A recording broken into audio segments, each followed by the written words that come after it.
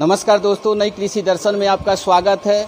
और बहुत सारे दोस्तों का डिमांड आ रहा था, कमेंट आ रहा था कि आप डॉक्टर बीबी सिंह के डेयरी फार्म का फीडिंग मैनेजमेंट का जो है वीडियो बनाइए। तो आपके कमेंट पर आज मैं पुनः पहुंच चुका हूं उत्तर प्रदेश के देवरिया ज़िले में, और यह फार्म देवरिया खास में है।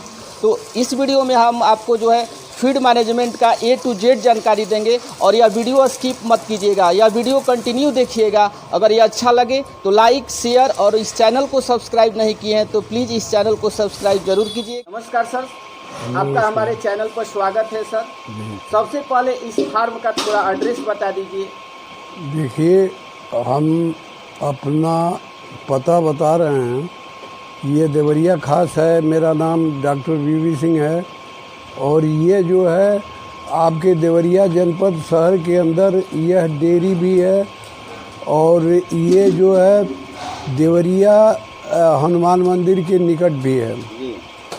और यह डेयरी 33-34 सालों से चल रही है, और इसका फाउंडेशन मैंने किया था। और आज के युग में सारी चीज़ों का अपग्रेडिंग हो रहा है। अपग्रेडिंग का मतलब है कि ब्रीड जेनेटिक्स जो है बढ़ रहा है।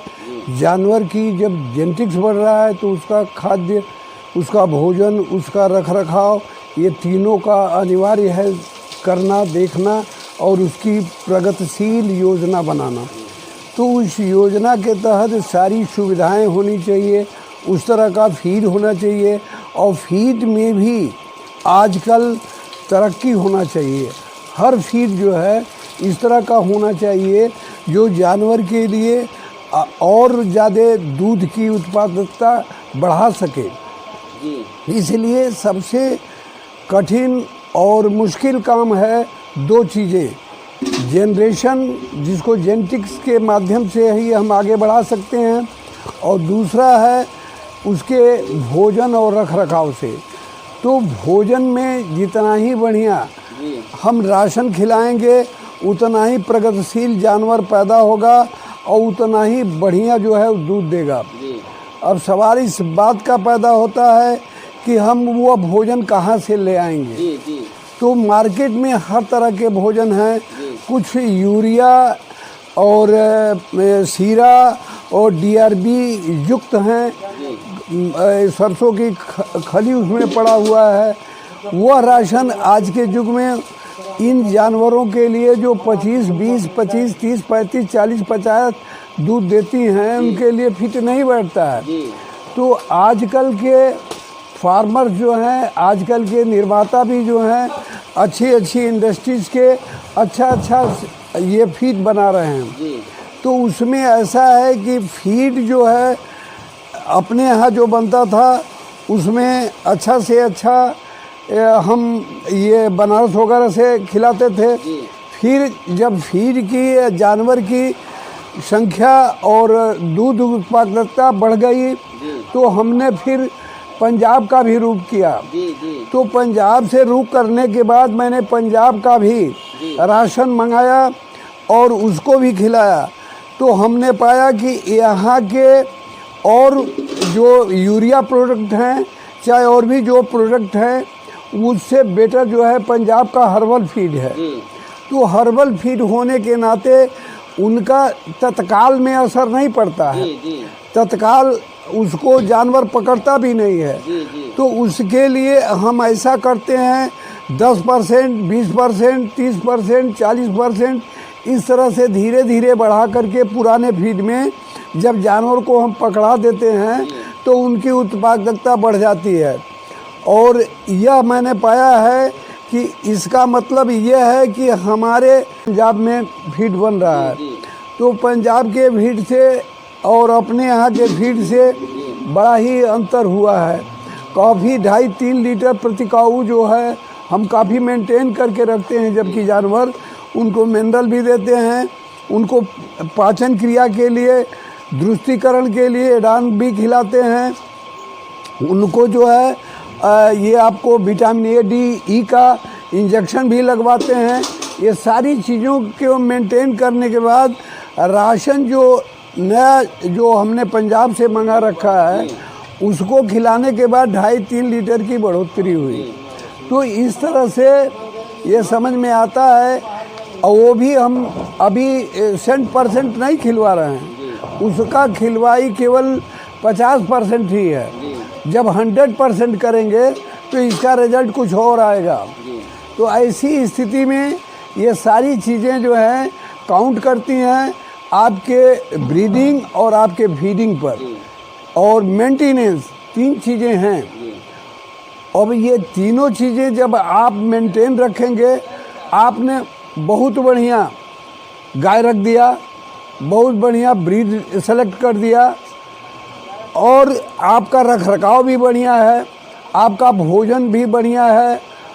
अब सवाल ये होता है कि एक बीमारी आती है एफएमडी की, और उस बीमारी से बचाव के टीके आप नहीं लगवाएंगे तो ये बार बार मैं कहता हूँ कि डेयरी समाप्त हो जाएगी। सारा किया कराया आपका समाप्त हो जाएगा। आपके जानवर जो है सब जो दूध देती है वो ड्राई हो जाएगी, जो बच्चा है वो मर जाएगा, जो गाभिन है अबार्ट कर जाएगी। इस तरह से पूरी डेयरी बंद हो जाएगी।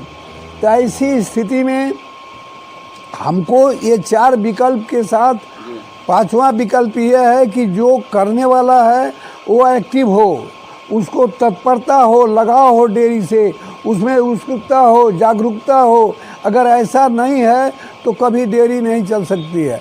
उसका की पॉइंट जो है वह केवल उसका जागरूक होना है।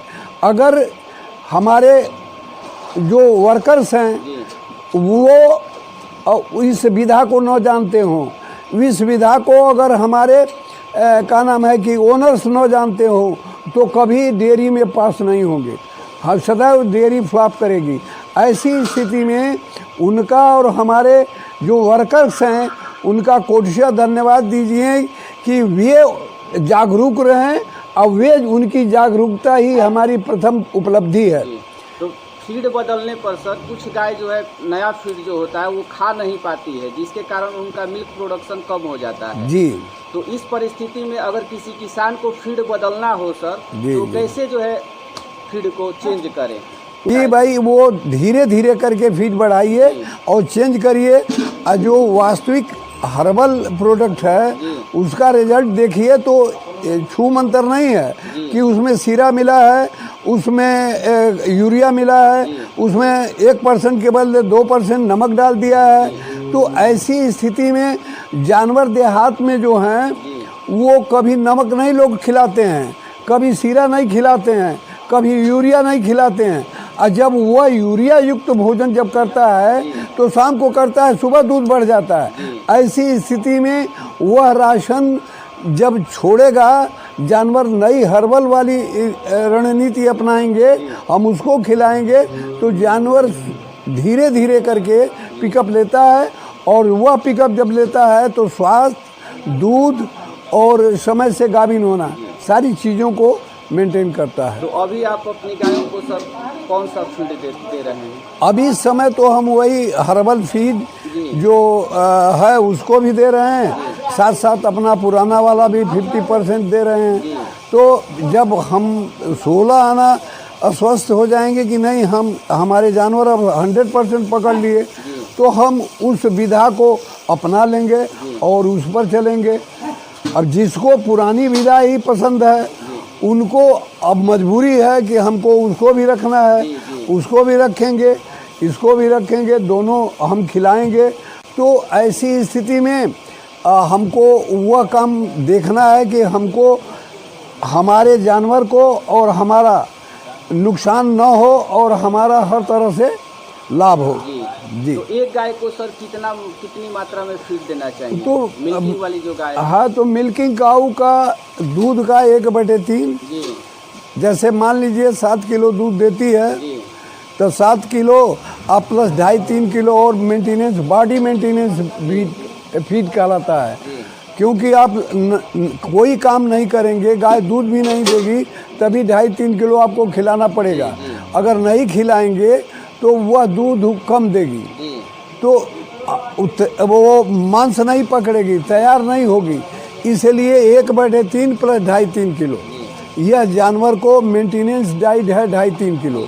और 1/3 जो है दूध का है, और उसमें बछड़ा भी पीता है। मान लीजिए हम 21 किलो दूध लेते हैं तो 1 किलो तो बछड़ा भी पीता है, तो वह सब मेंटेनेंस में आ जाता है। 3 किलो 2.5 से 3 किलो मेंटेनेंस, और 21 किलो दूध पर 7 किलो। उसी तरह से किसी जितना दूध देती है उसका 1/3 प्लस 2.5-3 किलो, यही। ड्राई पीरियड में अगर गाय होती है सर, तो उनको किस तरह का फीड देना चाहिए? हाँ, तो क्या इस तरह का कुछ ड्राई पीरियड देखिए, आजकल पंजाब वगैरह से जो ड्राई फीड आ रहा है, जी उसमें जैसे जो भी आपके ये दवाएं हैं, जी खास करके मेटाबोलाइट, मार्कोलाइट, ये सब दवाएं जो हैं वो अलग से मैं देता था। लेकिन इन लोगों का कहना है कि हमारे हर्बल फीड में ये ड्राई फीड के लिए अलग से राशन है, तो उस राशन का प्रयोग हम करके इस बार उसका रिजल्ट देख रहे हैं। अगर रिजल्ट अच्छा आया तो हम अब वो न दे करके इसको लगातार देते रहेंगे, क्योंकि हमारा दवाओं का बचाव हो जाता है। देखिए, जहाँ तक राशन की बात है और जहाँ तक शीतल पशुहार की बात है, तो उसमें हर कैडर की गाय के लिए हर तरह का व्यवस्था बना है। जो शीतल का C35 है, वह 25 से 35 लीटर दूध देने वाली गाय के लिए बना है। जो C25 बना है 18 से 25 तक के लिए बना है, और जो C18 बना है वह 1 से 18 लीटर दूध के लिए बना है।